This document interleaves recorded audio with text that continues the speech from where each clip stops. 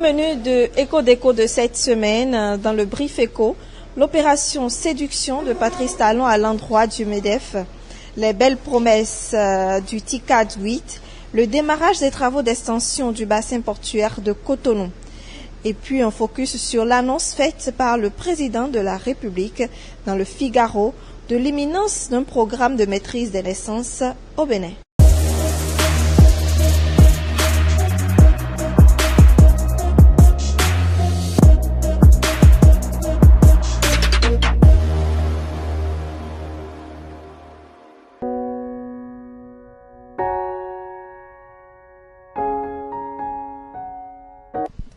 Patrice Talon était en opération séduction ce mardi 30 août 2022 devant le Gotha des entrepreneurs et grands patrons de France. C'était à l'occasion du traditionnel université d'été du mouvement des entreprises de France. Dans la droite ligne de son appel au secteur privé français à investir au Bénin lors de la récente visite d'Emmanuel Macron en terre béninoise, le président de la République du Bénin a vanté les réformes entreprises dans son pays. Réforme du droit du travail, encadrement du droit de grève, investissement sans précédent dans les infrastructures basiques comme les routes, eau et électricité, législation favorable aux investissements. Ce que je voulais dire est que ceux qui ne sont pas béninois m'excusent, le Bénin est en train de devenir l'oasis en Afrique, où les problèmes d'éducation, de santé sont en train d'être réglés à une grande vitesse. Nous avons fini de régler les problèmes d'infrastructures portuaires. C'est en cours, mais c'est bien engagé. Aéroportuaires, routières, énergétiques. Investir au Bénin, aujourd'hui, venir investir au Bénin, vous avez de l'électricité de qualité et avec possibilité d'une convention sur le prix. On peut vous vendre de l'électricité moins cher qu'en Chine, au Bénin, aujourd'hui. En ces périodes de sobriété énergétique, ça a de la valeur. Un tableau qui a semblé gagner l'intérêt de l'assistance. Les prochains mois nous diront si cet intérêt visible se traduiront en actes concrets, autrement en investissements conséquents pour notre pays.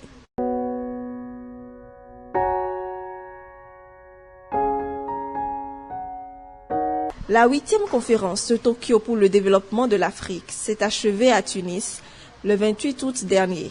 Au sorti de ce grand rendez-vous des hommes d'affaires du Japon et du continent, 30 milliards de dollars d'investissement sur 3 ans ont été annoncés par le Premier ministre japonais Fumio Kishida pour contribuer à une croissance de qualité. 91 protocoles d'accord ont été signés entre les entreprises japonaises et des sociétés et gouvernements africains. La Banque africaine de développement BAD s'est félicitée de la conclusion d'un plan de financement du secteur privé estimé à 5 milliards de dollars. Quelques 80 projets ont été présentés au cours de cette conférence pour une valeur estimée à quelques 2,7 milliards de dollars.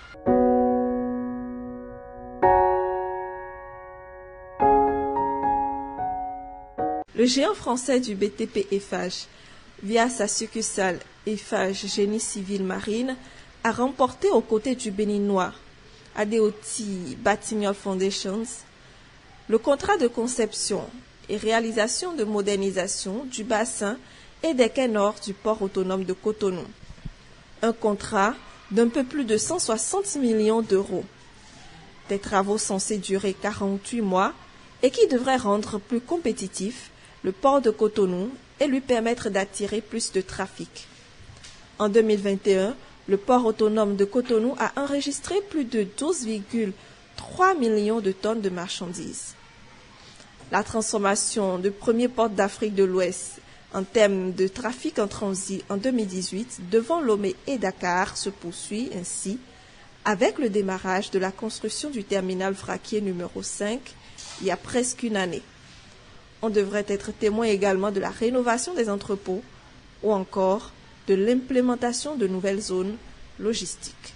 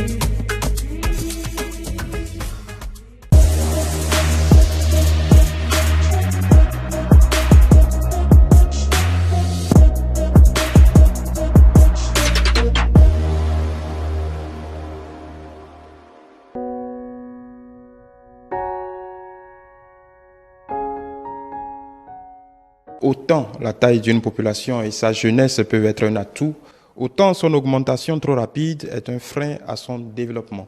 En effet, quand la demande en matière d'éducation et de formation, en matière de santé et en matière d'emploi croît beaucoup plus vite que l'investissement et l'offre dans ces trois domaines, le pays s'appauvrit. Beaucoup n'ont pas compris que les moyens dont disposent les États ne permettront jamais de satisfaire les exigences d'une population qui croît de manière exponentielle. Dans la tradition, la maison familiale assure les moyens quand on vieillit, mais les choses ont beaucoup changé. Tout cela peut être mis dans une politique de maîtrise des naissances avec de la pédagogie et des mesures incitatives. À partir de 2023, nous lançons un grand programme de maîtrise des naissances au Bénin. Il faut avoir le courage de le faire.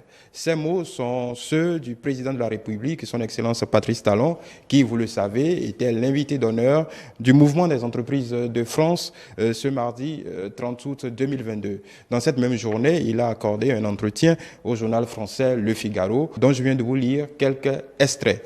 Alors, à la faveur de ces quelques mots du président de la République qui brassent déjà beaucoup de commentaires, nous allons nous appesantir aujourd'hui sur ce qu'on appelle le dividende démographique. C'est vrai, le mot est lâché, contrôle, maîtrise, pour paraphraser le président de la République, maîtrise des naissances avec de la pédagogie et des mesures incitatives. Disons-le de suite, c'est un sujet casse-cou, surtout pour des politiques bien aguerris.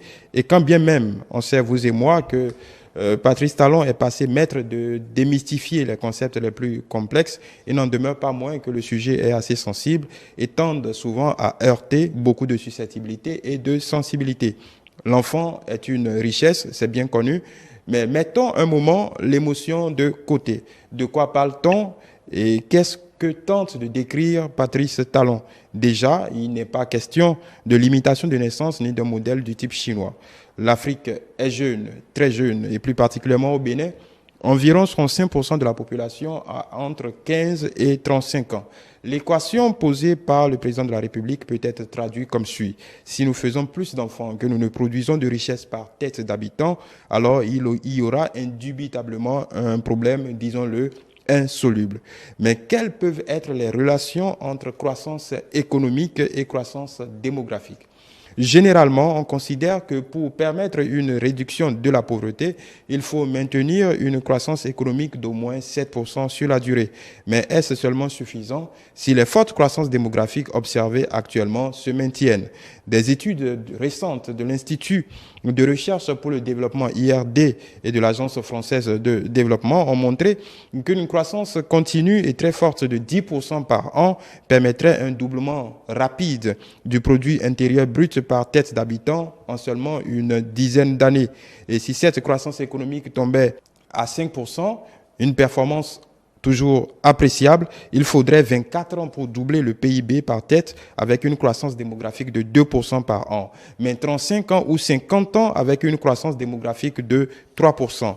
Avec une croissance économique de 4% par exemple, ce qui reste toujours appréciable, il faudrait respectivement 35 ans ou 50 ans pour doubler le produit intérieur brut par tête d'habitant, selon que la croissance démographique est moyenne de 2% par an ou forte de 3% par an. C'est dire qu'une croissance démographique plus faible permettrait donc de réduire la durée nécessaire pour doubler les produits intérieurs bruts par tête d'habitant. Et pour parler du Bénin spécifiquement, la population croît à un rythme de 2,7% par an selon les chiffres de l'Institut national de la statistique et de la démographie INSTAD, pendant que le taux de croissance devrait atteindre en moyenne près de 7% à partir de 2022 selon les chiffres de l'OCDE.